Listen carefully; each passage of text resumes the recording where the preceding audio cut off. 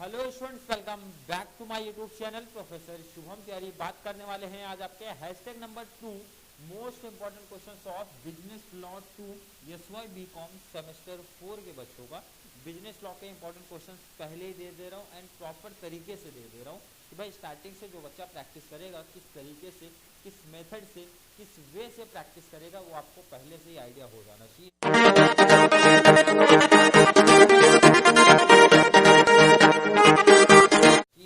Sir सबसे easy topic दिया हूँ, पहले इंपॉर्टेंट क्वेश्चंस में भी सबसे इजी दिया हूँ। हैशटैग 1 सिलेबस पेपर पैटर्न हमारा हुआ था, हैशटैग 2 में सबसे इसीलिए पहले इजी टॉपिक पिक कर लिया हूँ sir. Indian partnership act 1932 and limited liability partnership act 2008। Question number कहाँ पे पूछा जाएगा सर? मॉडल थर्ड है तो आपका क्वेश्चन नंबर ये थर्ड भी रहेगा। क्वेश्चन नंबर थर्ड के क्वेश्चन सबसे पहले दे रहा हूँ। सबसे पहले हर एक बच्चों को यही टॉपिक प्रैक्टिस करना है। बिजनेस लॉ की बात करोगे सबसे इजी टॉपिक में से एक है। मिनिमम ये क्वेश्चन नंबर थर्ड अगर मैं बात करूँ सर कितने मार्क्स का आएगा तो 20 मार्क्स का सब बच्चों को पता है कि क्वेश्चन नंबर थर्ड 20 मार्क्स का आएगा। किस तरीके से क्वेश्चंस पूछे जाएंगे क्लियर है sir? Any two out of 4 हर एक कॉन्सेप्ट आप समझो। मतलब सिंपल सा अगर मैं बोलूँ क्वेश्चन नंबर थर्ड में सर 4 क्वेश्चन पूछे जाएंगे। कितने क्वेश्चन पूछे जाएंगे? 4 क्वेश्चन टोटल पूछे जाने वाले आप लोगों को, जिसमें से हमारे उसके अंदर मीन्स मॉड्यूल थर्ड के अंदर हमारे 2 चैप्टर्स बन रहे हैं। एक तो इंडियन पार्टनरशिप एक्ट 1932 जिसके बारे में काफ़ी कुछ कॉन्सेप्ट, काफ़ी कुछ चीज़ें हम लोग को थोड़ी सी पता है, थोड़ी सी मीन्स 40 to 50% पता है एंड 50% थोड़ा सा न्यू कॉन्सेप्ट है भाई, बस बहुत ज़्यादा न्यू कॉन्सेप्ट नहीं है। हम लोग को थोड़े से सेक्शन ऐड हो जाएंगे, कौन से सेक्शन के अंदर आता है क्या चीज़, क्योंकि ऐसे टॉपिक से काफ़ी कुछ चीज़ें हम लोग को ऑलरेडी पहले से पता है। जैसे मैंने कहा 50% कॉन्सेप्ट हमको पहले से ही पता है।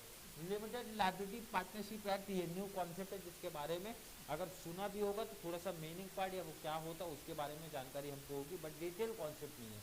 बट इसकी अगर मैं बात करूँ इंडियन पार्टनरशिप एक्ट के बारे में तो पार्टनरशिप क्या होता है, उसके फीचर्स क्या होते हैं, मेरिट क्या होता है, डीमेरिट क्या होता है, टाइप्स ऑफ पार्टनर क्या होता है, पार्टनरशिप डीड क्या होता है, भाई तीन की कहानी काफ़ी कुछ हम लोग को पता है ऑलरेडी।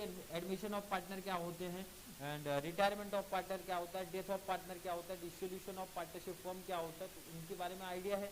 तो आप टॉपिक्स अगर मैं देखता हूँ इंडियन पार्टनरशिप एक्ट 1932 का पहला टॉपिक है सर कॉन्सेप्ट ऑफ पार्टनरशिप। अब ध्यान रखना यहाँ पे कंप्लीट पूरा डिटेल नहीं लिखा हूँ, ये चीज ध्यान रखना। और जिसके पास ऑलरेडी टेक्स्ट बुक होगा तो वहाँ से फॉलो करेगा।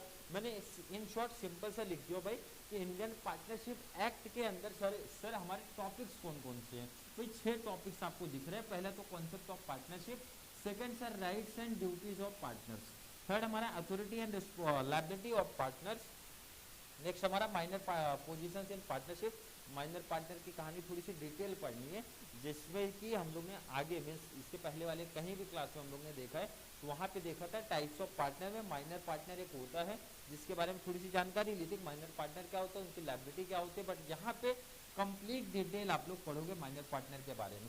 नेक्स्ट हम लोग ने सर अकाउंट में देखा था, बुक कीपिंग एंड अकाउंटेंसी में टॉपिक में पढ़ा dissolution of partnership form and dissolution of partnership. वहाँ पे ऑलरेडी हम लोगों ने ट्रांजेक्शन किया था, हमारे एंट्रीज क्या होती है उसके बारे में जानकारी ली थी। Realisation account, partners capital account, bank cash, partners loan, something इस तरीके से अकाउंट्स लेके थे। बट थोड़ी सी यहाँ पे थ्योरेटिकल पार्ट देखेंगे, क्या सेक्शंस, क्या रूल्स, क्या रेगुलेशन आपके लगते हैं उस टाइम पे उसकी कहानी थोड़ी सी यहाँ पे देखेंगे। लास्ट हमारा sir registration and non registration of partnership, effect of, यहाँ पे टॉपिक है आपका effect of,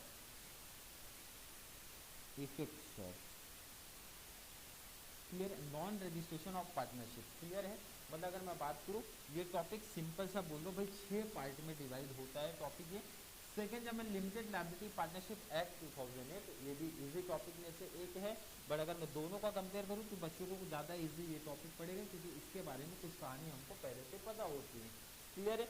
but limited liability partnership act के बारे में थोड़ा सा देख लेते हैं। नेचर ऑफ एलएलपी है, शॉर्ट में लिखा हूँ भैया, पूरा डिटेल नहीं लिख रहा हूँ बार बार। लिमिटेड लायबिलिटी पार्टनरशिप ना लिख के मैं शॉर्ट में लिखता हूँ एलएलपी लिखा हूँ। इनकॉर्पोरेशन ऑफ एलएलपी की कहानी है, extend and limitation of liability of LLP and it's partners, clear है। अगला टॉपिक है सर कन्वर्जन टू एलएलपी है। नेक्स्ट हमारा सर कॉन्ट्रीब्यूशन है। लास्ट हमारा वाइंडिंग अप एंड डिसोल्यूशन है, क्लियर है। मतलब इस टॉपिक की भी अगर मैं बात करूँ ध्यान से सुनना है, समझना है हर एक कॉन्सेप्ट आपको। 6 टॉपिक हमको यहाँ भी दिख रहे हैं सर, 6 टॉपिक हमको यहाँ भी दिख रहे हैं, ध्यान से देख लो। टोटल क्वेश्चंस कितने आएंगे सर? 4 क्वेश्चन। ध्यान से देखो, 2 चैप्टर है सर, 2 क्वेश्चन यहाँ से आएगा और 2 क्वेश्चन यहाँ से आएगा।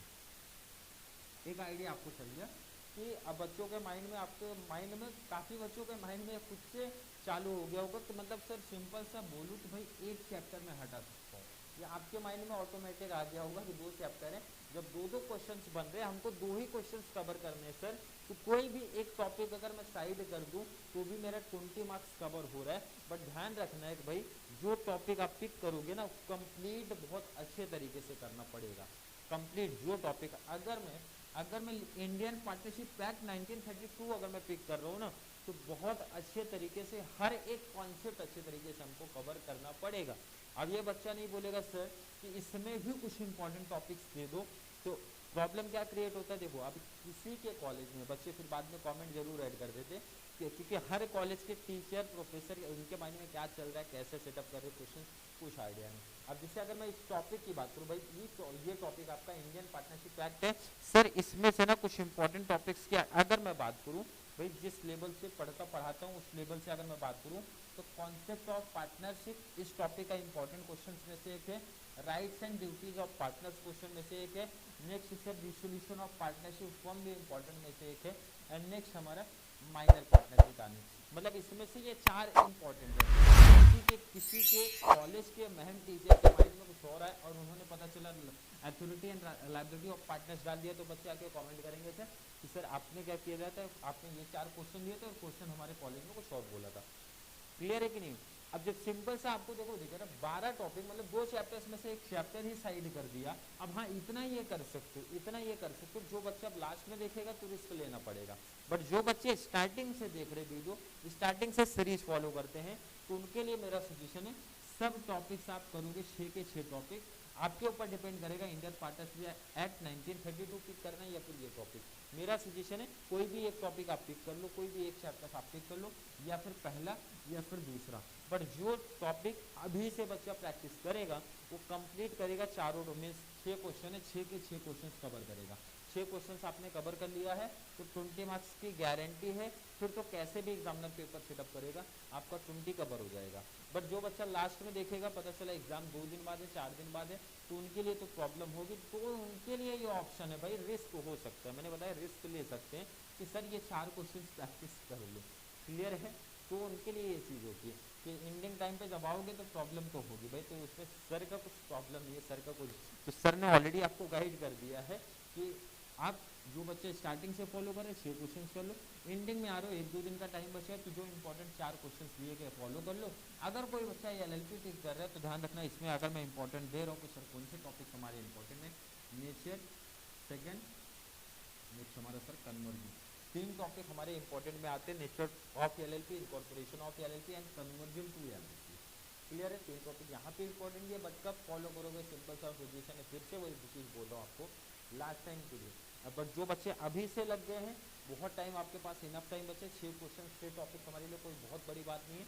ऑलरेडी काफ़ी टॉपिक्स हमारे सिमिलर है, जो हमने काफ़ी कुछ कहानी जिनकी पढ़ी है, तो स्टार्टिंग से फॉलो करो तो आप लोगों का टेंशन दूर हो जाएगा भाई।